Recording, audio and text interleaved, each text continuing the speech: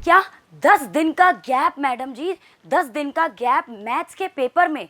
इसका मतलब मैथ्स का पेपर इस बार पक्का आएगा। क्या मैम मैथ्स का पेपर टफ आएगा? नहीं, बहुत टफ आएगा। अरे 10 दिन का गैप मिला है, सारी पढ़ाई उसी 10 दिनों में करेंगे, अब मैथ्स को छुएंगे नहीं। थांबा थांबा मेरे प्यारे बच्चों, बट उससे पहले हेलो मेरे प्यारे बच्चों, हेलो मेरे बिडूज, हेलो मेरे cuties, I hope you people are doing well at your and.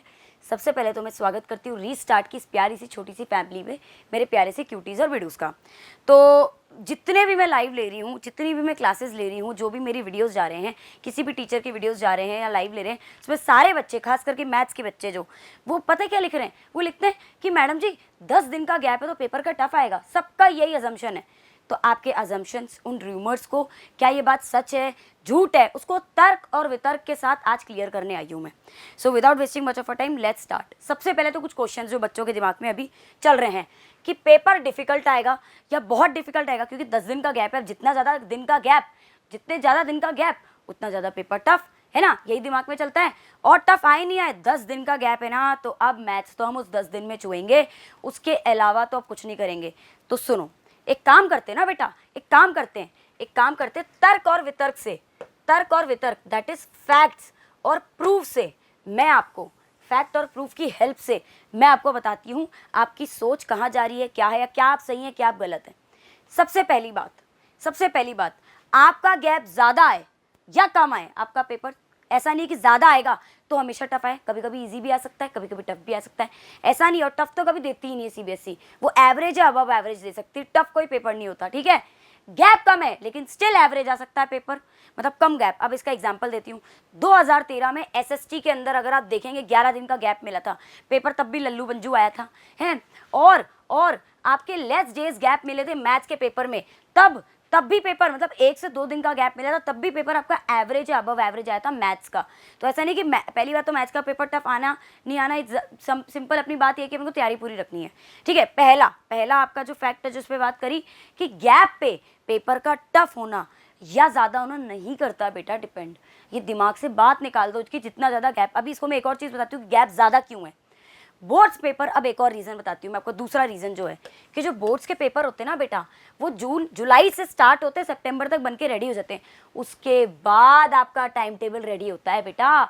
तो बेटा पेपर तो पहले बन चुका है, अब वो टफ बनाए क्या बनाए वो तो भाई उसके बाद बना रहे ना अपना टाइम टेबल, उसके अकॉर्डिंग, वो पेपर के अकॉर्डिंग थोड़ी ना टाइम टेबल बनता है। Getting my point.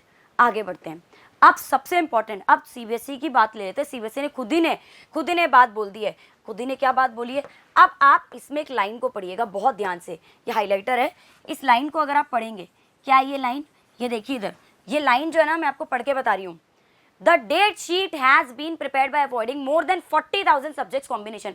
अगर आप देखेंगे तो सिर्फ अपन 5 सब्जेक्ट नहीं होते बेटा, हर स्टेट के अंदर अलग अलग अपने खुद के ऑप्शन, जैसे आईटी, संस्कृत, अलग अलग आपके भी होंगे। तो भाई वो सारे स्टेट्स के 40,000 सब्जेक्ट्स को कैसे भी करके इस टाइम टेबल में डालना था उनको। ऐसा नहीं कि भाई बस 5 पेपर हो गए काम खत्म। भाई 40,000 सब्जेक्ट है तो 40,000 एग्जाम होंगे, तो उसको भी तो बीच में डालना था। तो उसके अकॉर्डिंग आपका एक तो टाइम टेबल सेट करा गया, तो क्या पता उसके अकॉर्डिंग मैथ्स का थोड़ा लेट नंबर आया और मैथ्स में गैप बढ़ गया। एक और रीजन है गैप बढ़ने का।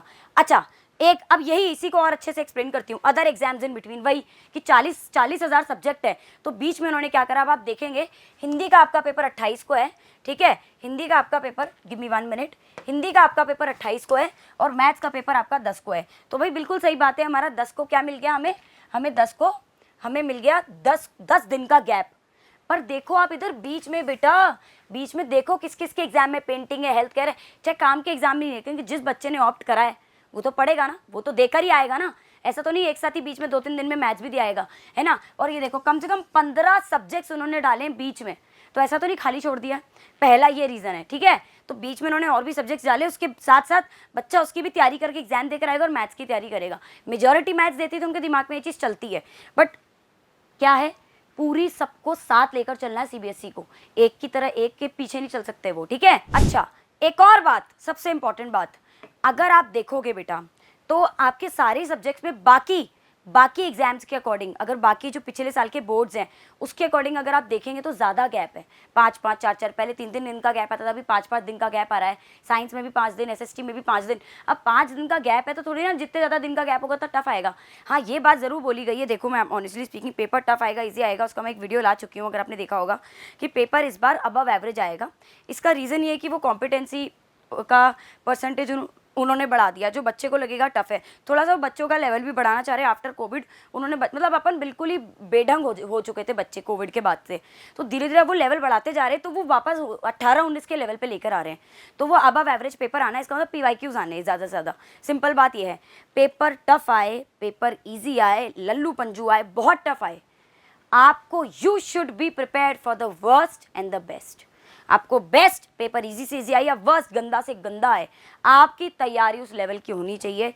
Keep this in your mind, ये ध्यान रख लो। और उसी के लिए यहाँ रीस्टार्ट विद मोशन की टीम की फैमिली, और मैं कह रही हूँ बच्चे भी साथ में लगे हुए हैं, जिसमें आपके 12-12 घंटे के मैराथन, 10-10 घंटे के आपको competency based question, case based study question सब कराए जा रहे हैं।